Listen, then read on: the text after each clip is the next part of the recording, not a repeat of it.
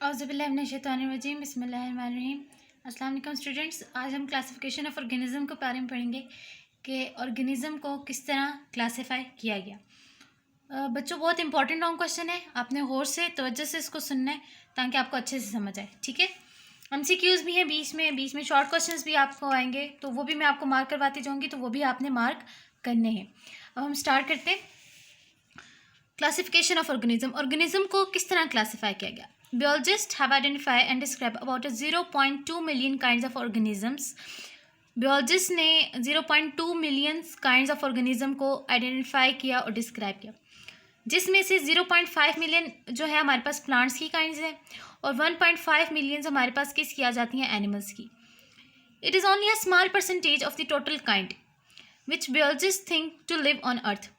ये बहुत छोटी सी परसेंटेज हमारे पास बियोलॉजिस्ट ने बताई है जो कि दुनिया पे रहती है, मतलब कि बहुत से ऐसे ऑर्गेनिज्म हैं जो कि अभी तक डिस्कवर नहीं हुए। ठीक है, इनमें से 0.2 मिलियन सिर्फ इन्होंने अभी तक डिस्कवर किए हैं, जिनका बियोलॉजिस्ट को पता है कि वो अर्थ पर रहती हैं। Every year biologist discover thousands of a new kind of organism. हर साल biologist thousands of a new kind of organism को डिस्कवर करते हैं। They are challenged to organize their knowledge of such diversity. वो अपने एक मतलब एज अ चैलेंज के तौर पर काम करते हैं, नए ऑर्गेनिजम्स को फाइंड करते हैं, ढूंढते हैं और मतलब अपने नॉलेज में इजाफा करते हैं और मतलब कि देखते हैं कि और कौन कौन सी ऐसे ऑर्गेनिजम्स अर्थ पर रहते हैं जिनके बारे में उनको नहीं मालूम, जो न्यू स्पीशीज़ हैं। ठीक है, इसमें ये ऊपर 0.2 millions of kinds of organisms, ये आपने याद रखना है कि टोटल कितनी उन्होंने फाइंड किया, तो वो 0.2 मिलियंस है। इसको आप मार्क करें, MCQs है। उसके बाद 0.5 मिलियन हमारे पास प्लांट्स की काइंड्स है और 1.5 मिलियन एनिमल्स की काइंड्स हैं। तो ये तीनों MCQs में बोर्ड में पूछे जाते हैं, इसको आप मार्क कर लीजिए। उसके बाद है हमारे पास to study such a large number of organisms biologist classify them. अच्छा, ये ऑर्गेनिज्म इतने सारे थे ना कि इनको स्टडी करना बहुत ज़्यादा मुश्किल था, तो इस वजह से बियोलॉजिस्ट ने क्या किया, इनको क्लासीफाई किया। क्लासीफाई करने से क्या हुआ कि हमने जब ऑर्गेनिजम्स को क्लासीफाई किया डिफरेंट ग्रुप्स में, तो उनकी स्टडी ईजी होगी। क्लासिफिकेशन क्या होता है, इसकी डेफिनेशन आप देखें। Classification is a method by which biologist divide organism into a groups and sub groups on the basis of their similarities found in them. Classification हमारे पास वो मेथड होता है जिसमें बियोलॉजिस्ट किसी भी ऑर्गेनिज्म को डिवाइड करते हैं on the basis of there similarities, उनकी सिमिलरिटीज़ को देखते हुए उनको ग्रुप्स में और सब ग्रुप्स में डिवाइड करते हैं। तो ये जो हमारे पास मेथड होता है इसको हम क्लासिफिकेशन कहते हैं। इसके बाद हम देखते हैं AIIMS and principle of classification. Classifications के एम्स और प्रिंसिपल क्या क्या थे। तो जो मेन एम्स थे वो हमारे पास क्या था, to determine the similarities and difference among organism so that they can be studied easily. मतलब कि क्लासिफिकेशन क्यों की जा रही थी, इसका क्या मतलब था, तो वो इस वजह से उन्होंने क्लासिफिकेशन की ताकि जो ऑर्गेनिज्म है उनके दरमियान में जो सिमिलरिटीज़ हैं और जो डिफरेंसेस हैं उनको आसानी से स्टडी किया जाए, to find the evolutionary relationship among organisms. और ऑर्गेनिजम्स के दरमियान में जो एवोल्यूशनरी रिलेशनशिप है, ठीक है, उसको भी स्टडी किया जाए, आसानी से स्टडी करने के लिए इनको क्लासीफाई किया गया। ठीक है, ये am the main aims of a classification, ये दो जो एम है ये शॉर्ट में पूछे जाते हैं, आप इनको मार्क कर लीजिए। अब क्या है, biologist classify organism into groups and sub groups on the basis of the similar physical characteristics. In recent times they also take help from genetics. अब क्या कहते हैं कि बियोलॉजिस्ट ने ऑर्गेनिज्म को क्लासीफाई किया ग्रुप्स में और सब ग्रुप्स में उनकी सिमिलरिटीज़ को देखते हुए। ठीक है, सिमिलर कैरेक्टरिस्टिक्स को देखते हुए उनको क्लासीफाई किया गया। रिसेंट टाइम क्या हुआ कि बहुत दफ़ा ऐसा हुआ कि जो बहुत से ऑर्गेनिज्म थे उनकी जेनेटिक्स को देखते हुए उनको क्लासीफाई किया गया। They found the genetic similarities, मतलब कि जो कुछ ऑर्गेनिज्म ऐसे थे जिनका जेनेटिक सिमिलर था तो उनको एक ग्रुप में रखा, जिनका जेनेटिक डिफरेंट था तो उनको डिफरेंट ग्रुप्स में रखा। Then they use these information to know the similarities and differences in their structure and function. अब ये जो उन्होंने पहले तो सिमिलरिटीज़ देखी उनके फिजिकल कैरेक्टरिस्टिक्स में, उसके बाद उनके जेनेटिक में उनकी सिमिलरिटीज़ और डिफरेंसेस को देखते हुए ये जो ऑर्गेनिज्म थे इनके स्ट्रक्चर और डिफरेंट इनका जो स्ट्रक्चर है और फंक्शन है उनको इन्होंने बाद में स्टडी किया। अब क्लासिफिकेशन की रैंक्स क्या आ जाती हैं इसके बारे में हम पढ़ेंगे। स्वेडिश नेचुरलिस्ट कर्लियस लीनियस ने 1707 से 1778 तक propose a system of a different ranks और लेवल फॉर ग्रुपिंग ऑर्गेनिज्म। इन्होंने एक सिस्टम प्रपोज किया जिसमें उन्होंने ग्रुपिंग की, मतलब कि एक लेवल बनाए ऑर्गेनिज्म के, जिसमें उन्होंने ऑर्गेनिजम्स को क्या किया, क्लासीफाई किया। सच रैंक्स आर कॉल्ड टैक्सा। वो जो हमारे पास रैंक्स थे उनको हम टैक्सा कहते हैं। सिंगुलर टैक्सोन भी कहा जाता है, टैक्सोन भी कहा जाता है। अब क्या है, the taxa are arranged like a ladder from more general to specific. Taxa हमारे पास क्या होता है कि हम मोर जनरल से लेकर ना कोई स्पेसिफिक जो नाम होता है एंसेस्टर का उनका, उसमें लिखते हैं, ठीक है। द लार्जेस्ट टैक्सोन हमारे पास क्या आता है, किंगडम। अब जब हम किसी भी ऑर्गेनिज्म को क्लासीफाई करते हैं ना, तो सबसे पहले उसके किंगडम का लिखते हैं, ठीक है, कि मेजर किंगडम उनका कौन सा है। तो उनके जो एंसेस्टर होते हैं उसको उस तक जाते हैं हम लोग, फिर वहाँ से हमें उसका किंगडम मिलता है। किंगडम के बाद जो हमारे पास टैक्सॉन आता है वो हमारे पास फाइलम है, ठीक है। अब हर फाइलम के पास क्लास होती है, किंगडम है। किंगडम के बाद कौन से किंगडम से वो रिलेट करता है, फिर उसमें फाइलम आ जाता है। फाइलम के बाद फिर हम क्लास देखते हैं कि ये कौन सी क्लास है। फिर क्लास के बाद हम ऑर्डर भी उनका चेक करते हैं कि हर क्लास के पास कौन सा ऑर्डर है। फिर हर ऑर्डर के पास फैमिलीज़ होती हैं, ठीक है, और हर फैमिली के पास जेनरा होता है जिसको हम जीन्स बोलते हैं, और हर जीन्स के पास क्या होता है, रिलेटेड स्पीशी होती है। तो स्पीशी हमारे पास सबसे स्मॉलेस्ट टैक्सॉन है, और लार्जेस्ट टैक्सॉन हमारे पास किंगडम आ जाता है। Member of a lower taxon resemble one another more than the members of a higher taxon. अच्छा, लोअर टैक्सॉन के जो मेंबर है ना, वो एक दूसरे से ज़्यादा रिजेंबल करते हैं हायर टैक्सॉन के मेंबर से, ठीक है। ये पॉइंट भी आपने याद रखना है। बच्चों, रैंक्स ऑफ क्लासिफिकेशन में आपको इससे टेबल भी आप लोगों को करवा देती हूँ, टेबल से भी आपको अच्छी सी समझ आ जाएगी। और रैंक्स ऑफ क्लासिफिकेशन को याद करने का आसान सा हल देखें। सबसे पहले इसमें हमारे पास क्या आ जाता है, किंगडम जो कि लार्जेस्ट टैक्सॉन है। उसके बाद फाइलम आ जाता है। फाइलम के पास क्लास होती है, हर क्लास के पास ऑर्डर होता है। ऑर्डर के पास फैमिली होती है, और फैमिली के पास जेनरा, और देन जेनरा के बाद हमारे पास स्पीशी आती है। अब इसको याद कैसे करना है, याद करना थोड़ा सा कुछ जो बच्चे स्टार्टिंग में करते हैं, कहते हैं मुश्किल है, हमें भूल जाता है ये वो। मैं आपको एक आसान सा तरीका बताऊंगी, छोटी सी ट्रिक है, आपको फ़ौरन याद हो जाएगा। अब आप देखें, मैं लिखती हूँ यहाँ पे सबर, kids play chess on fat green stool। अब मैंने यहाँ पे क्या लिखा, kids play chess on fat green stool. ये कीवर्ड्स हैं, ये आपने याद करने। आपको ये याद होगी ना, समझो आपको रैंक्स ऑफ क्लासिफिकेशन याद हो गया, और आपको ये कभी भूलेंगे ही नहीं। Kids play chess on fat green stool. अब इन सब का फर्स्ट वर्ड देखना, किड्स का के, इससे आपके पास किंगडम आ जाएगा।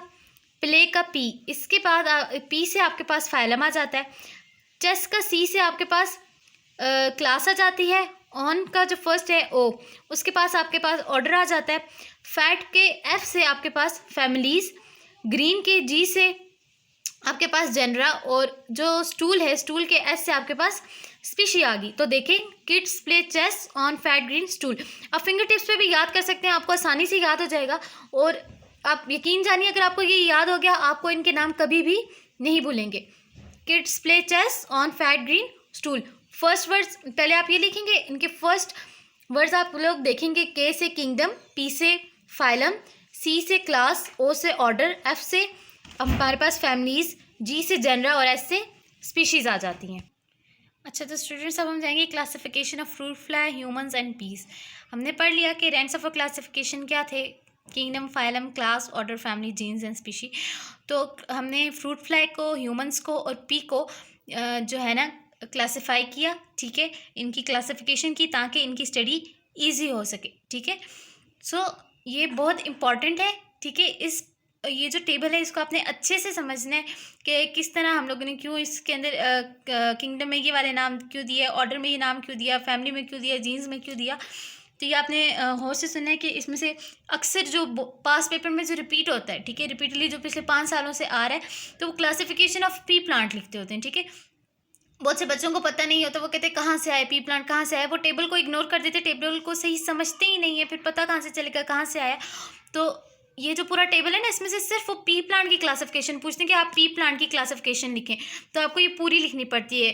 पहले आपको ये भी लिखना पड़ता है, और फिर रैंक्स ऑफ क्लासिफिकेशन लिख के फिर पी की जो क्लासिफिकेशन है उसको डिस्कस करना पड़ता है। अब हम शुरू करते हैं। सबसे पहले fruit fly. Fruit fly kingdom animalia में आ जाती है। एनिमेलिया में आ जाती है कि इसकी करेक्टरिस्टिक्स एनिमल से मिलती थी, इस वजह से हमने इसको एनिमेलिया में लिखा। अब फाइलम, इसका जो फाइलम था वो आर्थ्रोपोडा से मिलता था, इस वजह से हमने इसको आर्थ्रोपोडा में लिखा। क्लास, अब इसकी क्लास कौन सी थी? एनिमेलिया तो है लेकिन क्लास कौन सी है? फ्रूट फ्लाई के जब देखा गया उसके विंग्स हैं, ठीक है, उसके विंग्स हैं, वो उड़ सकती है, फ्लाई कर सकती है, तो उसको इंसेक्ट की कैटेगरी में रखा गया, ठीक है, इस वजह से उसकी क्लास कौन सी है? इंसेक्टा। फिर उसका जो ऑर्डर था वो आगे वो का था, कौन सा था? डिप्टेरा। फैमिली उसकी कौन सी थी? ड्रोसोफिलिडी। ड्रोसोफिलिडी उसकी फैमिली थी। जब उसके जीन्स को स्टडी किया गया तो उसका जीन्स कौन सा था? ड्रोसोफिला। और जो उसकी स्पीशीज़ थी वो कौन सा थी? ड्रोसोफिला मेलैंगस्टर। अब आप देखें, हमने क्या पढ़ा था कि जो लार्जर टैक्सॉन होते हैं वो टोटली डिफरेंट होते हैं जो स्मॉलर टैक्सॉन होते हैं, कि स्मॉलर टैक्सॉन जो है वो आपस में लिंक करते हैं। अब आप ऑर्डर से नीचे स्मॉलर टैक्सॉन देखें, डेप्टेरा, ड्रोसोफिलिडी, ड्रोसोफिला एंड ड्रोसोफिला मेलैंगस्टर। तो ये जो है हमारे पास जो स्मॉलेस्ट टैक्सॉन है ये आपस में क्या करें? लिंक करें। अब ह्यूमंस पे आ जाते हैं। ह्यूमंस का तो सबसे आसान है, आप सबको पता है, हम सब भी ह्यूमंस हैं, तो हम लोग का किंगडम क्या आ जाता है? एनिमेलिया, हम लोग एनिमल्स ही हैं। उसके बाद फाइलम हमारा कौन सा आ जाता है? कोर्डेटा। क्लास हमारी मैमेलिया, ठीक है, मैमेलिया मैमल्स हैं हम लोग। उसके बाद ऑर्डर हमारे पास क्या आ जाता है? प्राइमेट्स, हम लोग प्राइमेट्स हैं। फैमिली हमारे पास हमारी जो है वो है होमोनिडी, और जीन्स हमारा होमो है, इस वजह से स्पीशी जो है हमारी वो है होमो सेपियंस। अब आपने एक चीज़ याद रखनी है, स्पीशी का जो नाम होता है ना वो लास्ट नेम स्पीशी का होता है, और जो फर्स्ट नेम होता है ना वो उसके जीन्स का होता है। जैसे फ्रूट फ्लाई में हमने जो इसकी स्पीशी वो मेलैंगस्टर है, लेकिन जीन्स का नाम लिखना मस्ट होता है, तो हमने लिखा ड्रोसोफिला मेलैंगस्टर। इस तरह ह्यूमन हम लोग हैं तो सेपियंस, लेकिन हमारी स्पीशी जीन्स कौन सा है? होमो, इस वजह से हम लोग क्या है? होमो सेपियंस हैं, ठीक है। पी प्लांट की बात करते हैं। पी की क्लासिफिकेशन कैसे करी जाती है, जो की तो वो कैसे हुई? इसका जो किंगडम था वो प्लांट ही था, क्योंकि ये प्लांट से इसकी करेक्टरिस्टिक्स मिलती थी। इसके बाद जो इसका फाइलम था वो था मैग्नेलियोफाइटा, और मैग्नेलियोप्सिडा इसकी क्लास है। अब ऑर्डर इसका फैबल्स है, फैमिली इसकी फैबेसी, ठीक है, फैबल्स फैबेसी। साइंटिफिक नेम्स हैं, आपने अच्छे से याद करने। जो इसका जीन्स है वो है पाइसम, और स्पीशीज की सेटिवम है, लेकिन फर्स्ट नेम जीन का होता है, इस वजह से हम लिखेंगे पाइसम सेटिवम। अब इनको अलग अलग क्यों क्लासिफाई किया गया? अब हम देखते हैं, फ्रूट फ्लाई और ह्यूमन दोनों एनिमल्स हैं, इनको हम एक ग्रुप में भी रख सकते थे, लेकिन इनको क्लासिफाई करने का मकसद ही ये था कि इनकी सिमिलरिटीज़ और डिफरेंस देखने थे। अब इसमें क्या डिफरेंस है कि फ्रूट फ्लाई हमारे पास इंसेक्ट आ जाता है, इसकी क्लास क्या है? इंसेक्ट, जबकि ह्यूमन्स हमारे पास मेमेलियंस आ जाते हैं। इस वजह से हमने इसको क्या किया? क्लासिफाई किया, ताकि इसकी स्टडी और इसकी स्टडी को हम लोग इजी से कर सके। इसी तरह प्लांट है, प्लांट की करेक्टरिस्टिक्स एनिमल से नहीं मिलती, प्लांट से मिलती, इस वजह से इसको अलग ग्रुप में रखा गया, इसको अलग क्लासिफाई किया गया, ताकि इसकी स्टडी भी ईजी हो सके। बच्चों बहुत इंपॉर्टेंट ये लॉन्ग क्वेश्चन है, ठीक है, ये पूरा ही बहुत इंपॉर्टेंट लॉन्ग क्वेश्चन है। फर्स्ट मैंने आपको शॉर्ट्स बताए, पहले 3 MCQs के 0.2 millions kinds of organism describe हो गई हैं, आइडेंटिफाई हो गई हैं। उसमें से 0.5 मिलियन प्लांट्स की हैं, 1.5 मिलियन एनिमल्स की हैं, और हर साल thousands of new kind of organisms discover होते हैं, जो कि बियोलॉजिस्ट डिस्कवर करते हैं। क्लासिफिकेशन की डेफिनेशन आ जाती है, एक शॉर्ट क्वेश्चन। दूसरा शॉर्ट आ जाता है AIIMS and principles of classification, ठीक है, एंड देन उसके बाद आपके पास ये जो classification of fruit fly, human and P plant है, ये लॉन्ग में आता है, तो आपने अच्छे से याद करना है, ताकि आपको अभी आप अच्छे से याद करेंगे तो आगे जाके आपको प्रॉब्लम नहीं होगा। जब आपके बोर्ड के एग्जाम्स होंगे तो आप बोलेंगे हाँ ये तो मैंने याद किया था, मुझे बहुत अच्छे से आता है। सो अच्छे से तैयार कीजिएगा। कहीं से भी आपको नहीं समझ आए आप मुझे कमेंट करके बता सकते हैं। शुक्रिया।